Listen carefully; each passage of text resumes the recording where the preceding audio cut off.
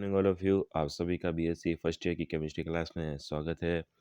पिछले लेक्चर्स में अपन ने सीक्वेंस रूल पढ़े थे आर एस नोमेनकल्चर के, जिसमें अपन ने कुछ एग्जांपल द्वारा भी आर एस नोमेनकल्चर को समझने की कोशिश की थी। ठीक है, लास्ट अपन ने एग्जांपल देखा था कि ओ एस सी एन और C double bond C H और एच है, तो उस कंडीशन के अंदर अपन पहले किस ग्रुप को प्राथमिकता देंगे और उसके हिसाब से रोटेशंस करवाएंगे। अब अपन कुछ आज और एग्जांपल्स देखते हैं कि इस प्राथमिकता के आधार पर कुछ यौगिकों का विन्यास निर्धारण इस प्रकार से स्पष्ट किया जा सकता है। ठीक है, कि जैसे 2 मेथिल 1 ब्यूटेनॉल है, तो 2 मेथिल 1 ब्यूटेनॉल के अंदर अगर रोटेशंस करवाएंगे, ठीक है, तो सबसे पहले आर एस नोमेनकल्चर देखते हैं कि इसके अंदर किस तरह आर नोमेनकल्चर होगा, वो किस तरीके से होता है। ठीक है, अगर रोटेट घड़ी की दिशा में अगर रोटेट करेगा तो क्लॉकवाइज होगा। ठीक है, और अगर अपन देखते हैं कि मतलब CH2OH को सबसे पहले मानते हैं, फिर ठीक है उसके हिसाब से अपन रोटेशन करवाते हैं। फिर अपन देखते हैं कि एस नोमेनकल्चर देखते हैं, तो ये घड़ी की विपरीत दिशा में रोटेट होगा तो क्या होगा, ये एंटी क्लॉकवाइज अर्थात एस। ठीक है, उसी प्रकार अगर अपन दूसरा एग्जाम्पल देखें, ठीक है, तो दूसरे एग्जाम्पल में अगर इसका नाम नोमेनकल्चर आर देखते हैं तो आर इस तरीके से होगा और एस बिल्कुल इसके ऑपोजिट डायरेक्शन में। उसी प्रकार अगर अपन ये FCl BrI का देखें, ठीक है, FCl BrI के अंदर एस नोमेनकल्चर होता है, जो आई से स्टार्ट होगा। ठीक है, और अगर आई से लेके स्टार्ट होता है और सीएल की तरफ चलता है, ठीक है, तो ये कौन सा हो जाएगा, आर नोमेनकल्चर। अब जो डॉट डॉट लाइन है और ये डार्क लाइन है, इसका मतलब ये है कि डॉट डॉट लाइन का मतलब है कि एफ कार्बन के पीछे की साइड में है, और डार्क लाइन का मतलब है कि सी की सामने साइड में है। ठीक है, नेक्स्ट है कि फिशर प्रेक्षण सूत्र में आर एस नोमेनकल्चर। ठीक है, कि फिशर प्रेक्षण सूत्र में फिशर प्रोजेक्शन फॉर्मूले के अंदर अपन आर एस नोमेनकल्चर को कैसे अप्लाई कर सकते हैं, कि अणु के त्रिविमीय सूत्र में अनुक्रम नियम के आधार पर आर एस नामकरण आसान होता है, परंतु बहुत से अणुओं को पेपर पर फिशर प्रक्षेपण सूत्र द्वारा प्रदर्शित किया जाता है। अतः ऐसे अणुओं के लिए अनुक्रम नियमों के आधार पर आर एस नामकरण कठिन हो जाता है। ऐसी अवस्था में विन्यास निम्न दो विधियों से ज्ञात किए जाते हैं। कौन सी है, पहली है कि सबसे पहले असममित कार्बन से जुड़े समूह की प्राथमिकता ज्ञात की जाती है। ठीक है, वही सबसे पहले जो किरल कार्बन से जो समूह जुड़े हुए हैं उसके अपन क्या ऑर्डर ज्ञात करेंगे। सेकंड है कि प्रक्षेपण सूत्र को इस प्रकार लिखा जाता है कि सबसे क्रम प्राथमिकता का समूह ऊर्ध्वाधर रेखा के ऊपर और नीचे लिखा जाता है। ठीक है, इसके लिए किरल कांद्र पर प्रतिस्थापियों के दोनों युग्मों का साथ विनिमय किया जाता है। जैसे अगर अपन को ग्रेसल्डेड का फिशर प्रोजेक्शन फॉर्मूले के बेसिस पर आर एस नोमेनकल्चर करना है, ठीक है, तो इसमें सबसे पहले तो अपन इसका क्या ऑर्डर ज्ञात करेंगे। ठीक है, उसके पश्चात मतलब ऑर्डर कैसे ज्ञात करते हैं, जिसका परमाणु क्रमांक ज़्यादा है उसको पहले लिखते हैं। ठीक है, उसके पश्चात उसके बाद वाले को। दूसरी बात इसमें बता रखा है कि सबसे कम प्राथमिकता का समूह क्या ऊर्ध्वाधर रेखा के ऊपर या नीचे रखते हैं। ऊर्ध्वाधर रेखा मतलब जो भी लाइनें हैं बता रखा है, जैसे कि इसमें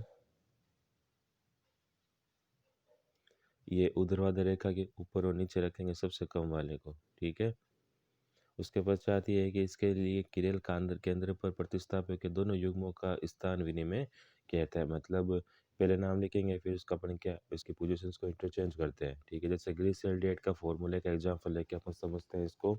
ग्लिसरॉल्डेट का नॉर्मल फॉर्मूला ये होता है, ठीक है, पहले वाला। ठीक है, जब इसको अगर अपन पोजीशन रोटेट करवाएं, ठीक है, रोटेट करवाने के बाद मतलब ये वाला केवल ऑरेंज की पोजीशन चेंज की अपन ने। ठीक है, फर्स्ट एग्जाम्पल में। ठीक है, जब इसको रोटेट करवाया ये देखिए, तो ये एच इधर आ जाएगा और एच इधर चला जाएगा। ठीक है, ये आ गया। अब सेकंड कंडीशन में क्या होगा, ठीक है, सेकंड कंडीशन में क्या होगा, एच के स्थान पर आ जाएगा ये। ठीक है, और CHO के स्थान पर आ जाएगा ये वाला, क्योंकि अपन इसकी पोजीशन चेंज कर देते हैं।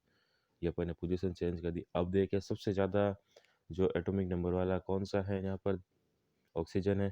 ठीक है, उसके पश्चात कार्बन है और उसके पश्चात वापस से कार्बन 2 है और ये एस है, ठीक, हाइड्रोजन है। तो अपन नंबरिंग क्या, नंबरिंग में पहला ऑक्सीजन आएगा। ठीक है। उसके पश्चात कार CHO आएगा, देन CH2 और हाइड्रोजन सबसे लास्ट में आएगा, ठीक है। तो अगर अपन रोटेट करवाएँ इसको, तो कुछ इस तरीके से अगर अपन इसको रोटेट करवा सकते हैं, ठीक है। तो ये क्या हो गया, S, ठीक है, S फॉर्म हो गई, ठीक है। उसी प्रकार अगला देखते हैं अपन लैक्टिक एसिड का। कि लैक्टिक एसिड के अंदर सबसे पहले अपन ने क्या किया, इन दोनों को रोटेट करवाया, ये दोनों अपनी स्थान बदल लेंगे, ठीक है।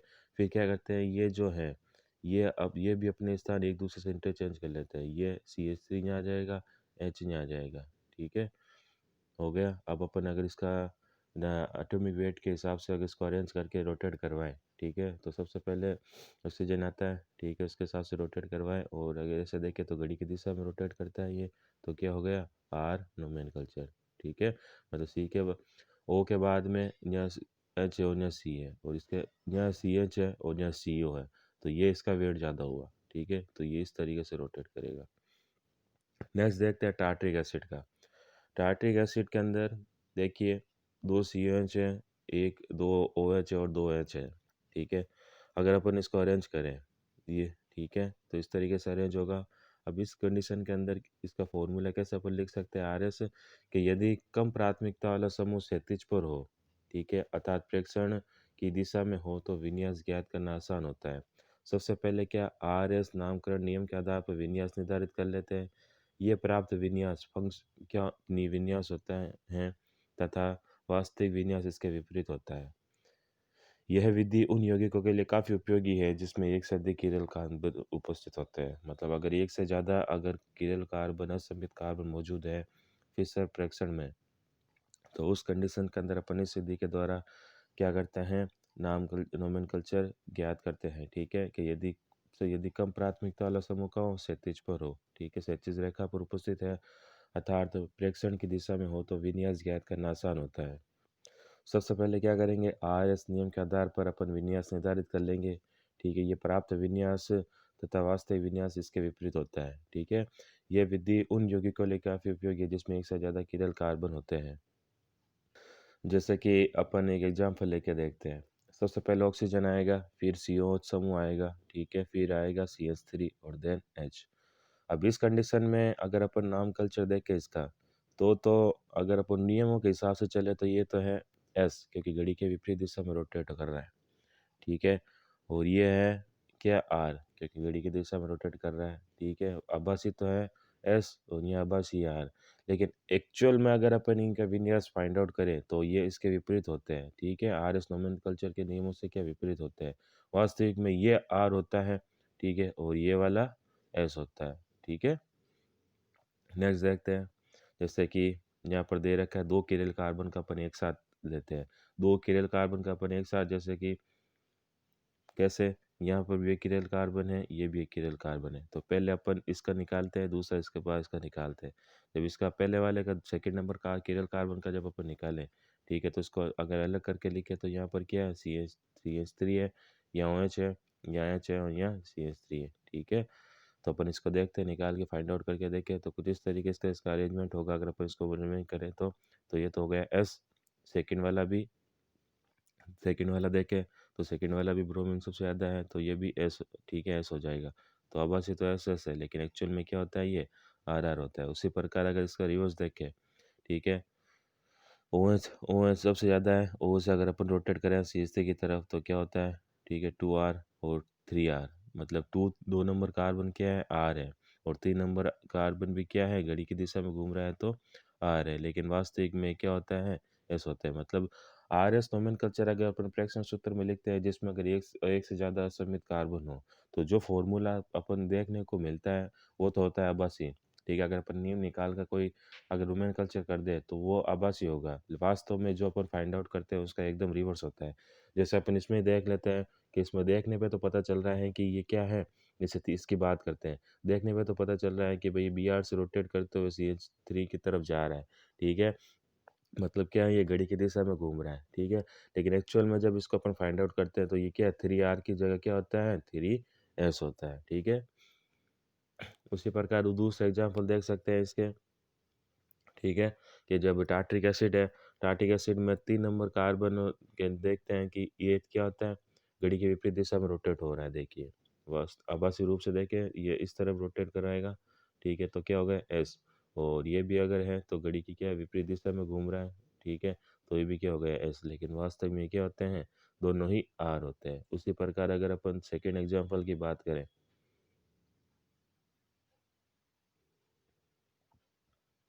तो सेकेंड एग्जाम्पल में ओ से सी एच ओ की तरफ चलते हैं अपन, ठीक है, सी ओ एच की तरफ से रोटेट कराएंगे तो घड़ी की दिशा में घूम रहा है। और इसी प्रकार ये भी देखें तो ये भी घड़ी की दिशा में घूम रहा है, ठीक है, तो ये क्या हो गए आर आर, ठीक है। लेकिन ये तो है आभासी नियम के अनुसार। लेकिन जहाँ असंकीर्ण कार्बन की संख्या ज़्यादा हो वहाँ आभासी से उल्टा होता है, मतलब ये क्या होंगे वास्तविक रूप से एस एस होते हैं, ठीक है। नेक्स्ट है ज्योमेट्रिकल आइसोमेरिज्म, ठीक है, ज्यामितीय समन्वयता के द्विबंध युक्त ऐसे असंतृप्त यौगिक जिनमें द्विबंध से जुड़े दोनों कार्बन परमाणुओं की शेष दोनों संयोजकताएं भिन्न भिन्न परमाणुओं या समूह से जुड़ी हो क्या कहलाती है, ज्यामितीय समन्वयता, ठीक है। जैसे कि कार्बन डबल बॉन्ड कार्बन है, कार्बन डबल बॉन्ड नाइट्रोजन है, नाइट्रोजन डबल बॉन्ड नाइट्रोजन है। द्विबंध की उपस्थिति के कारण द्विबंध से बंधित परमाणु या समूहों का मुक्त घूर्णन संभव नहीं होता, इसे प्रतिबंधित घूर्णन कहा जाता है। जैसे अपन एल्किलो में ज्यामितीय समन्वयता की बात करते हैं, ठीक है, कि ज्यामितीय समन्वयता कार्बन कार्बन या कार्बन नाइट्रोजन द्विबंध युक्त ऐसे असंतृप्त यौगिकों में पाई जाती है जिनमें कार्बन से जुड़े दोनों समूह क्या हो अलग अलग होते हैं।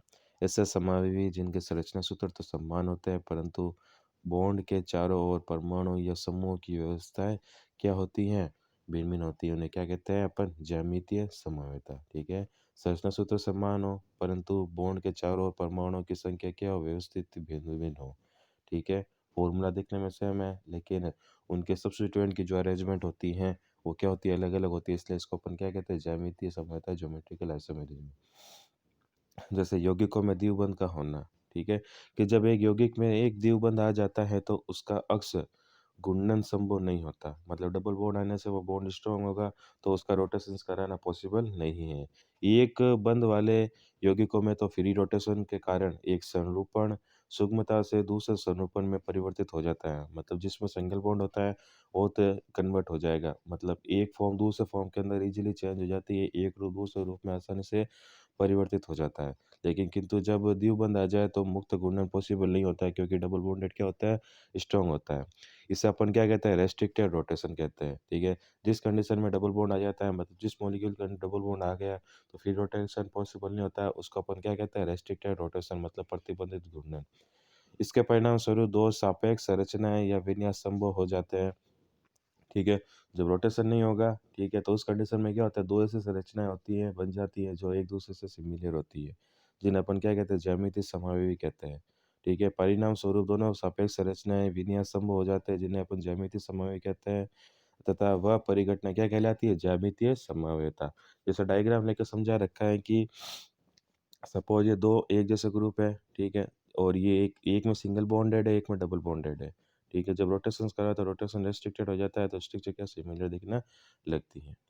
दो चतुष्फलक के कार्बन परमाणुओं के मध्य द्विबंध परमाणु या एक प्रतिबंधित घूर्णन की उपस्थिति, प्रतिबंधित घूर्णन के कारण विभिन्न सापेक्ष ज्यामितीय संरचनाएं प्रदर्शित करने वाले यौगिक ज्यामितीय समन्वयी तथा ये परिघटना ज्यामितीय समन्वयता कहलाती है। समान समूह एक ही दिशा में हो तो उस समन्वय को क्या कहते हैं, अब इम्पोर्टेंट लाइन यहाँ से स्टार्ट है कि देखिए कि समान समूह अगर एक ही दिशा में है तो उसको क्या कहते हैं अपन cis, और विपरीत दिशा में हो तो उस समन्वय को अपन क्या कहते हैं विट्रांस या विपक्ष समन्वय। इस समन्वयता को समपक्ष विपक्ष समन्वयता भी कहते हैं, ठीक है। मतलब सिंस ट्रांस आइसोमेरिज्म। ज्यामितीय समन्वयता के लिए दूसरी महत्वपूर्ण आवश्यकता यह है कि द्विबंधित कार्बन परमाणु की दोनों संयोजकताएं समान समूह से न जुड़ी हुई हो, क्योंकि उस स्थिति में प्रतिबंधित जो घूर्णन के कारण जो दो संरचनाएं बनेगी इसमें कोई अंतर नहीं होगा, मतलब कार्बन से जुड़े हुए जो समूह है अलग अलग होने चाहिए। अगर समूह समान होंगे ठीक है? तो प्रतिबंधन के कारण मतलब रिस्ट्रिक्टेड रोटेशंस के कारण जो आइसोबैरिस्म हो रही है, इसमें कोई डिफरेंस ही नहीं दिखेगा, ठीक है? तो समयोता प्रदर्शित कर रहा है या नहीं कर रहा है, हमें पता नहीं चलेगा। अर्थात एक ही विन्यास होगा, अतः ज्यामितीय समयोता का प्रश्न उत्पन्न ही नहीं होता है। जैसे अपन डायग्राम लेके इसको ज्यामितीय समयोता को समझने की कोशिश करते हैं, कैसे सिंस ट्रांस आइसोमर बनते हैं, ठीक है? इसको हम अपने अगले लेक्चर्स के अंदर कंटिन्यू करेंगे। Thank you so much.